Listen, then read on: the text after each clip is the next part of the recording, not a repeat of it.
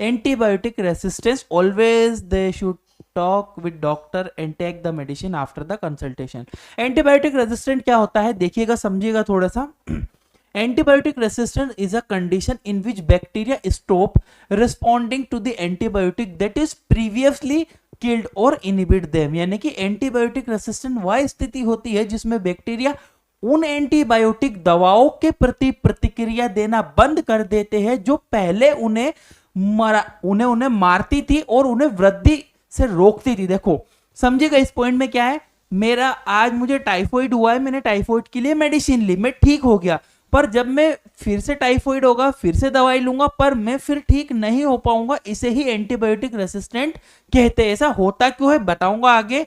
This happens because bacteria develop genetic change they help them survival in the presence of antibiotic. अब bacteria होशियार हो गए, वो क्या करते हैं बैक्टीरिया, इसलिए बैक्टीरिया में ऐसे अनुवांशिक परिवर्तन कर लेते हैं जो उन्हें एंटीबायोटिक के उपस्थिति में भी जीवित रखते हैं। एंटीबायोटिक खाई फिर भी नहीं मर रहे, फिर भी जिंदा है ना। वो क्यों है, वो उसके रेसिस्टेंस की वजह से है। As a resistant increase the common infection become difficult to treat. छोटी मोटी बीमारियां भी डिफिकल्ट हो जाती है ट्रीट करना। Antibiotic resistance is now consider a major global health threat. यानी कि दवाइयां बना दी भैया, दवाइयां रेसिस्ट कर चुकी है, काम करना बंद कर चुकी है, अपना डीएनए चेंज कर चुकी है, ऐसे में बहुत ज्यादा ट्रीट करना प्रॉब्लम भरा हो जाता है। What are the antibiotic, antibiotics basic क्या होती है सबको पता है। Antibiotic are medicine to treat infection cause by bacteria. They enter kill bacteria, stop the growth of bacteria, अंदर जाते हैं मल्टीप्लिकेशन को रोकते हैं जीवाणु की। Antibiotic do not work, antibiotic do not work against viral infection में कभी भी काम नहीं करते हैं। कॉमन एंटीबायोटिक इंक्लूड जैसे कि एमोक्सिलिन, सिप्रोफ्लोक्सासिन, एजिथ्रोमाइसिन, याद रखिएगा एंटी वायरल नहीं है, एंटी बैक्टीरिया है, बैक्टीरिया को मारेगी ना कि जीवाणु को ना कि वायरसेस को मारेगी। क्लियर है। देखिएगा कॉज ऑफ एंटीबायोटिक रेसिस्टेंट, क्या कॉज है भैया, क्या कारण है कि एंटीबायोटिक रेसिस्ट हो चुकी है। Excessive of unnecessary use of antibiotic, antibiotic का अत्यधिक या अनावश्यक यूज। अब देखो बहुत सारे लोग होते हैं पता ही नहीं है इन्फेक्शन हुआ है, कुछ भी गोली दवाई खा रहे तो उनकी बॉडी रेसिस्ट कर चुकी होती है उन एंटीबायोटिक से, फिर वो ठीक नहीं हो पाता। Taking antibiotic without doctor prescription, self medication खा रहे हो भैया, पता ही नहीं कौन सी दवाई खा रहे हो तो भी आपको प्रॉब्लम होगी। Stopping the antibiotic course before the complete. अब देखो डॉक्टर ने 5 दिन की एंटीबायोटिक लिखी, पेशेंट ने 3 ही दिन खाई, 2 दिन नहीं खाई, 10 दिन बाद फिर बीमार हुआ, फिर एंटीबायोटिक दी, फिर वो रेसिस्ट कर दिया, उस एंटीबायोटिक से वो ठीक होगा ही नहीं, फिर उसको हेवी क्लास की हाई क्लास की दूसरे एंटीबायोटिक ट्राई करना पड़ेगा। Using antibiotic for viral infection. अब देखो पता ही नहीं है किसी को स्नीजिंग, सर्दी जुकाम हो रहा है, हो सकता है वायरल फीवर हो और वो एंटीबायोटिक लिए जा रहा है, एंटीबायोटिक तो एंटीबायोटिक रेसिस्ट कर जाता है बॉडी में, फिर वो काम नहीं करती। Use of antibiotic in animal and agriculture वगैरह में यूज करने लग जाते तो भी वो प्रॉब्लम होती है रेसिस्टेंस की। Mechanism of antibiotic resistance, antibiotic resistance का तंत्र क्या बेसिकली करती कैसे, तो देखिएगा bacteria can be produce enzyme that destroy the antibiotic.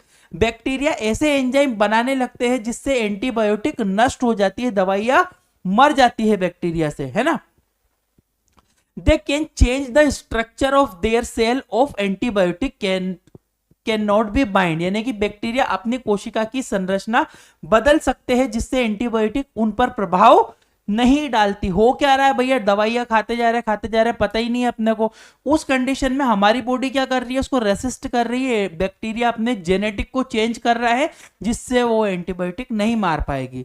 Some bacteria pump the antibiotic out of their cell, यानी कि कुछ बैक्टीरिया दवा को अपनी कोशिका से बाहर निकाल देते हैं।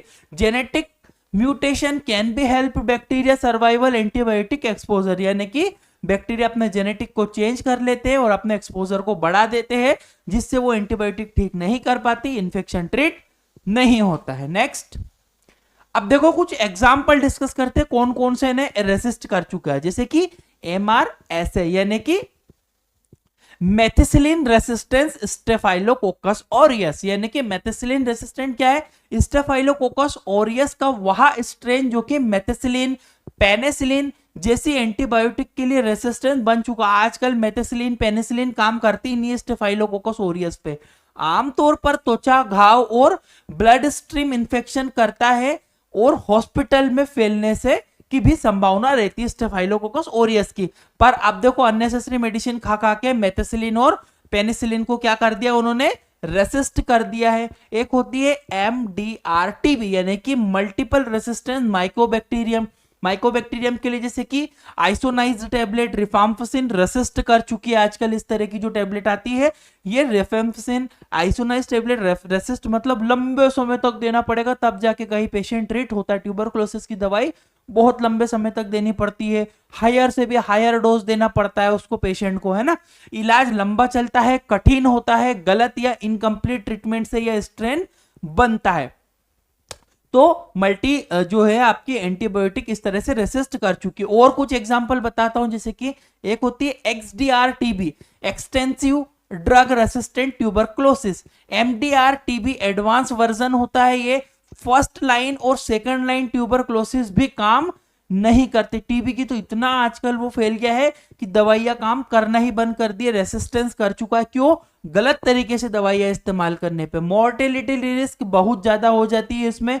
इसके अलावा ESBL इकोलाई यानी कि extended spectrum beta lactam producing E coli. E coli bacteria होते हैं स्ट्रेन जो कि पेनिसिलिन और सिफेलोस्पोरिन को तोड़ने वाले एंजाइम बना लेते हैं। यूटीआई ब्लड स्ट्रीम इंफेक्शन में ज्यादा डिफिकल्ट हो जाते हैं। इकोलाई की वजह से यूटीआई होगा तो ट्रीट करने में हमें बहुत समस्या होती है। ये रेसिस्ट कर चुकी है एंटीबायोटिक्स गलत तरीके से यूज करने पे। एक होते हैं VRE वेंकोमाइसिन रेसिस्टेंट। वेंकोमाइसिन भी अच्छी दवाई है पर उसको भी रेसिस्ट कर चुके हैं बैक्टीरिया, बहुत समय में काम करती है वो।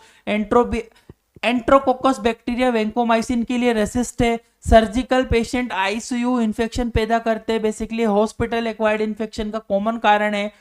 इसके अलावा कार्बोपेनम रेसिस्टेंट क्लैप्सिला निमोनिया जो होते हैं, क्लैप्सिला निमोनिया में भी कार्बोपेनम की जो एंटीबायोटिक है जैसे कि यहाँ पे लिखा है फेरोपेनम, इसको रेसिस्ट कर चुका है। ये रेसिस्टेंस बन चुके हैं मेडिसिन के।